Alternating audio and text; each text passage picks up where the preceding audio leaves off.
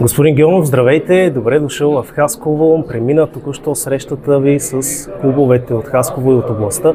Какво ви споделиха? Какви са проблемите, които най-често срещат те? Здравейте, да.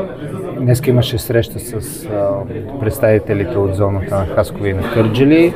Това, което ми направи впечатление, че имаше доста голяма посещаемост, хората бяха активни. Естествено, споделиха ни с проблемите, които имат предимно с инфраструктурата, с липса на кадри в някои от функциите за демографския срив като цяло. Ние, естествено, като Футболен съюз го знаехме това и се опитваме да информираме какви методи можем да предприемем, така че да улесниме работата на клубовете. И като цяло се надяваме, че в бъдеще ще можем вече с новото правителство да засегнем програмите, които имат клубовете, специално в вашата област. Позволете ми да ви задам няколко въпроса, конкретно свързани с детско-юношеския футбол точно в Хасково. На метри от нас тук се намира стадион Младост, който е построен с финансиране от Българския футболен съюз, благодарение на една програма на УЕФА. Получихме сигнали от много клубове, които тренират наистина. Това е игрище, което се използва от почти всички деца и клубове в Хасково, че вече на места има и компрометирани части от терена, леки пропадания, пистата също на няколко пъти беше закърпвана. Въпросът ми е, следи ли БФС за стопанисването на тези терени, в които е инвестирало пари, и кой реално отговаря за стопанисването? БФС или самите общини? Значи, започваме от тук. Ние се запознахме днеска на срещата с този казус, но това е игрище, което е построено преди няколко години. Има договор с общината и също така не е подписван от нас този договор, от предното ръководство, така че не сме напълно в детайлите на договора. Кой трябва да го поддържа? Това трябва да го поддържа Футболния съюз чрез областния председател, който трябва да информира и да си бюджетира от тук нататък как да бъде поддържан този терен, защото вие всичко знаете, когато нещо се експлоатира, то се амортизира, трябва да бъде променено.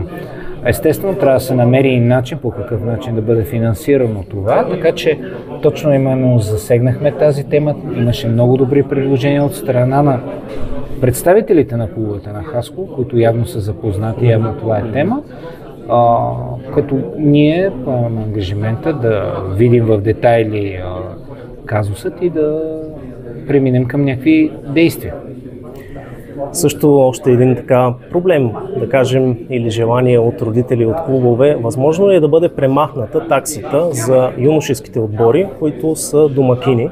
Трябва съответно да заплащате една такса към БФС за домакинството в юношеските първенства. Ние точно това го обсъждахме по време на срещата и в първия ви въпрос е отговора на втория ви въпрос. Истината е следната, че този терен трябва да бъде поддържан. За да бъде поддържан, то не е просто някакви материали, трябва да има човек, който е на заплата, хора, които го поддържат и така нататък, който трябва да бъде финансиран. Доколкото разбрахме от срещата, минимална е таксата, която е установена. Самите клубове пожелаха тази такса да бъде премахната, а да има като, така да се каже, такса годишна на всеки клуб, така че да бъде финансирано, да бъде финансиран Общинския съвет, с който да бъде поддържан терена, което е нормално това.